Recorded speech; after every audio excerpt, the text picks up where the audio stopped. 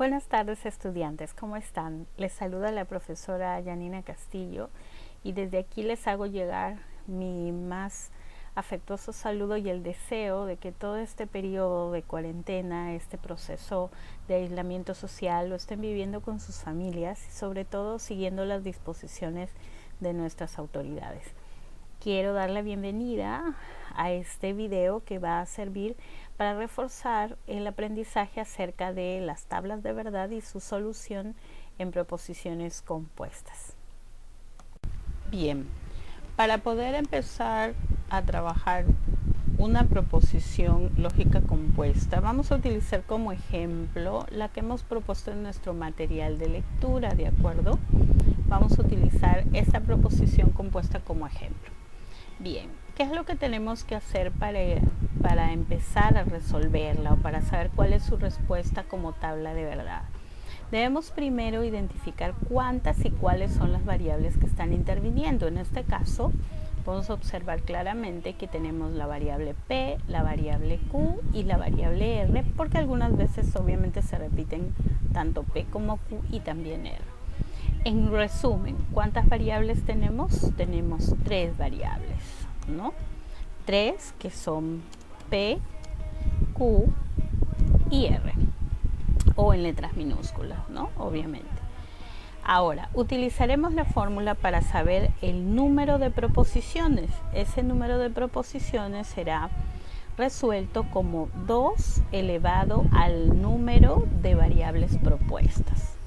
Es decir, me explico, el número de proposiciones que podremos explorar sería 2 elevado al cubo, es decir, 8, ¿verdad?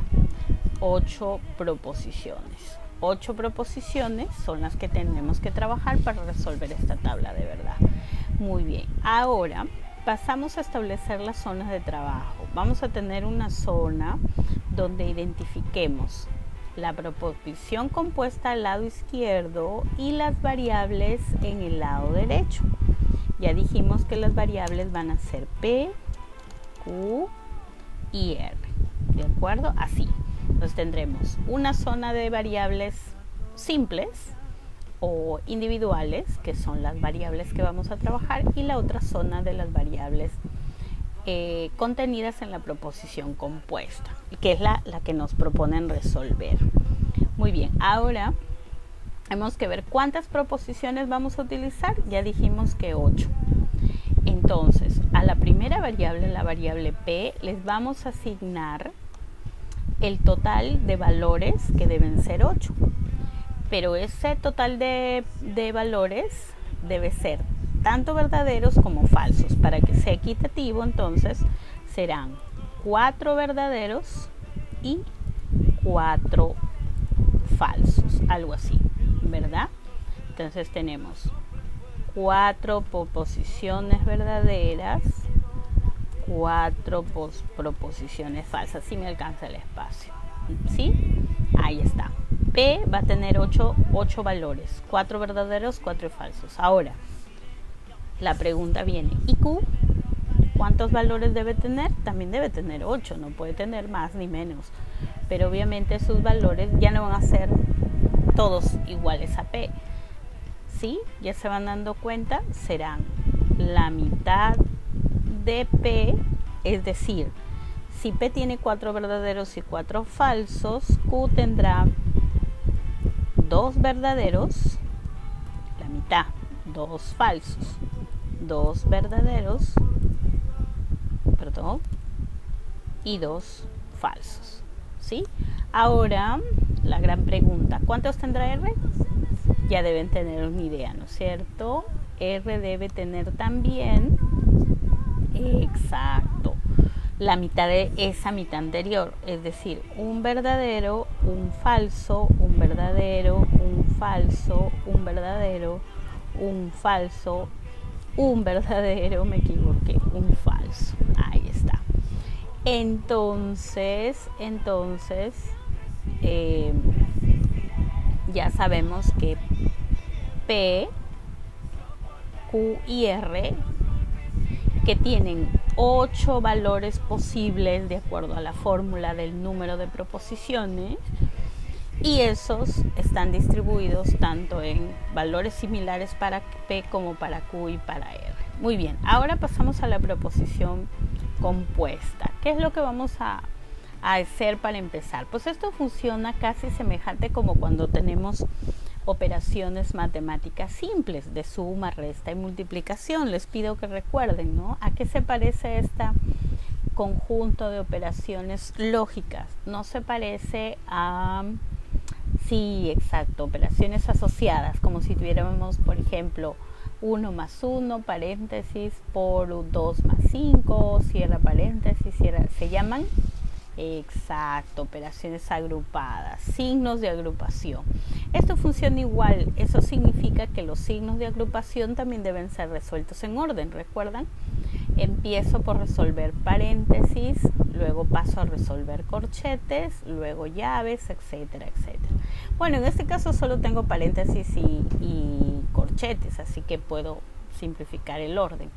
Empezaré por los paréntesis, ¿no? Aquí aparecen 3, P entonces Q, Q entonces R, P entonces R.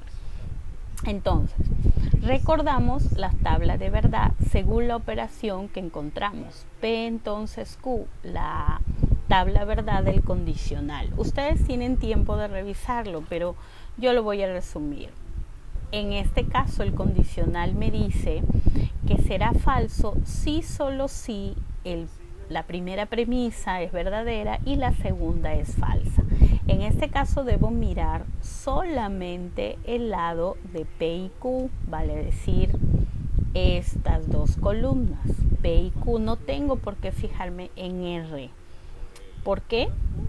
Porque en el paréntesis solo encuentro P y Q y me dice que P condicional de Q es falso solamente cuando la primera es verdadera y la segunda es falsa. Exacto, estoy señalando ahí con el cursor esta y esta, ¿no? ¿Por qué? Porque en todas las otras opciones tengo dos verdaderos, acá tengo al revés, falso verdadero o falso falso. Por ende, solamente serían falsas estas dos opciones, ¿no? La tercera y la cuarta. Muy bien, vamos a colocarla. Entonces, en esta columna vamos a colocar las opciones del condicional de P y Q. Sería para la primera verdadera, para la segunda también, para la tercera no, porque ya sabemos que si la primera es verdadera y la segunda es falsa, deberá ser falsa, y para las otras cuatro, verdaderas también. Muy bien. Vamos al siguiente signo de agrupación, paréntesis. Recuerden que dijimos que solo íbamos a resolver los paréntesis.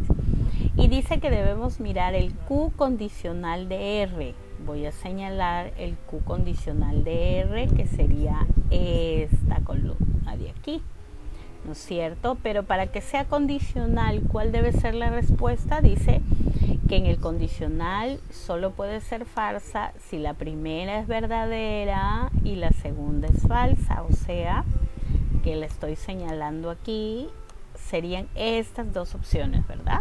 Donde la primera es verdadera y la segunda es falsa. Obvio, hemos dejado de lado P porque estamos resolviendo solo Q y R. Y vamos a proceder a ponerle la respuesta. Yo quito esto de aquí y vamos a ponerle la respuesta al segundo. Voy a ponerle aquí una flechita. A ver, no. Vamos a quitarla. Una flechita así hacia abajo, ¿no? Así. Aquí debe ir. Exacto. Ahí debe ir. Así como de acá fue esta. Vamos a ver. Ahí para saber. Ya se van a dar cuenta luego porque estoy indicando que aquí va la respuesta, ¿sí? Entonces, esta respuesta de Q condicional de R va a ir aquí. Aquí. Entonces dijimos, Q condicional de R. En la primera sería verdadera En la segunda sería falsa, porque es justamente la condicional en que dice que si la primera es verdadera y la segunda es falsa, su respuesta es falsa. La siguiente sería verdadera porque no cumple. Sí, por ende las tres siguientes. La cuarta consecutiva sería esta de aquí, sería falsa, porque ya dijimos que si la primera es verdadera y la siguiente es falsa, la respuesta es falsa, ¿no? Y nos va a quedar así. Ese es el segundo paréntesis. ¿Podemos ahora resolver el tercer paréntesis? Claro que sí, podemos ir haciendo el tercer paréntesis. Vamos a ver, vamos a ponerle la flechita del tercer paréntesis aquí, ¿no es cierto? Va a ir aquí.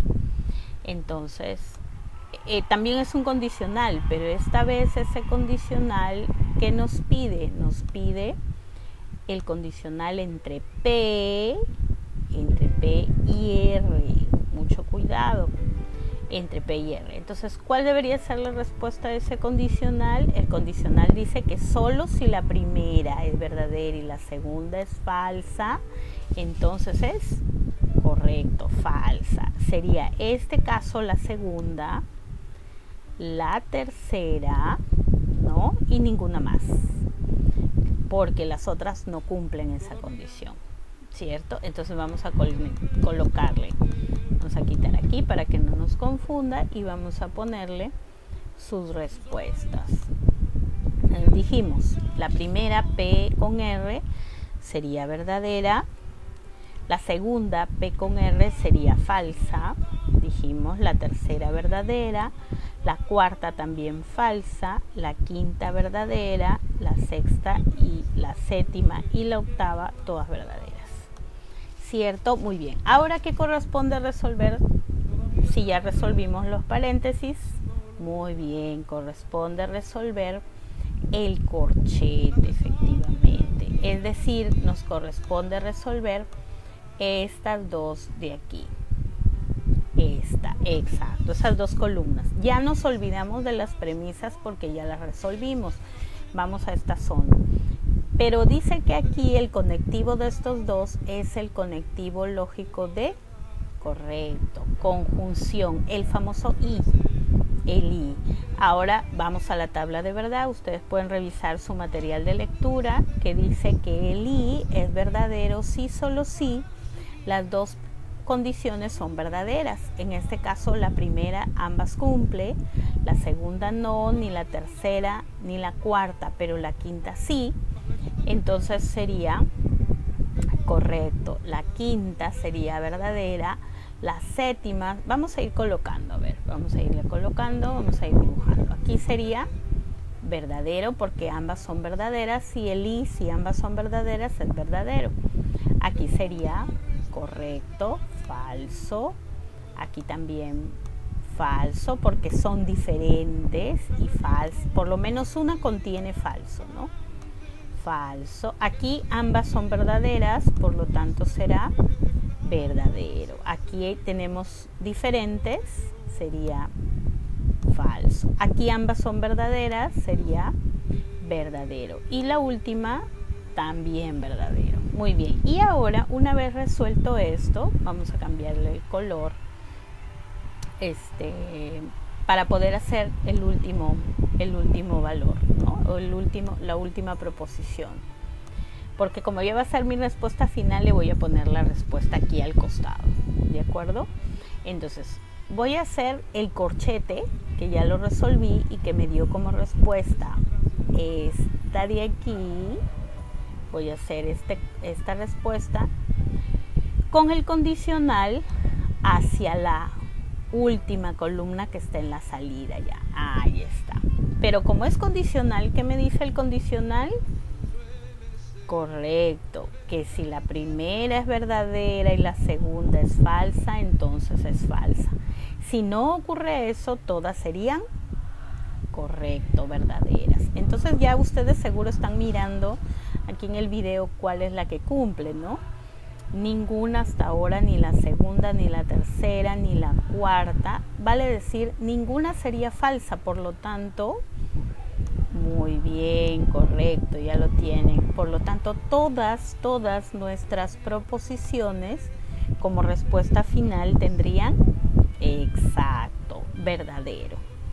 Exacto. ¿Por qué? Porque no hay ninguna condición que cumpla con que la primera sea verdadera y la siguiente sea falsa. Por tanto, esta sería la respuesta final. Todas verdaderas. Que dicho sea de paso y de acuerdo al material de lectura, podemos agregar que a esta condición en la que todas las respuestas son verdaderas se le conoce como, lo estoy escribiendo, una tautología, es decir, una verdad absoluta. Muy bien. Bueno, chicos, espero que este video les sea útil para poder resolver la práctica propuesta en la actividad de esta semana. Como les digo en la ficha de trabajo, lo que deben hacer es descargar el material, leerlo, revisarlo con calma y luego ponerse a resolver. Pueden resolver en su cuaderno y marcar las respuestas. Luego pueden anexarlo en un archivo o en una hoja de Word y enviarme solamente las respuestas. No es necesario que envíen todas las soluciones.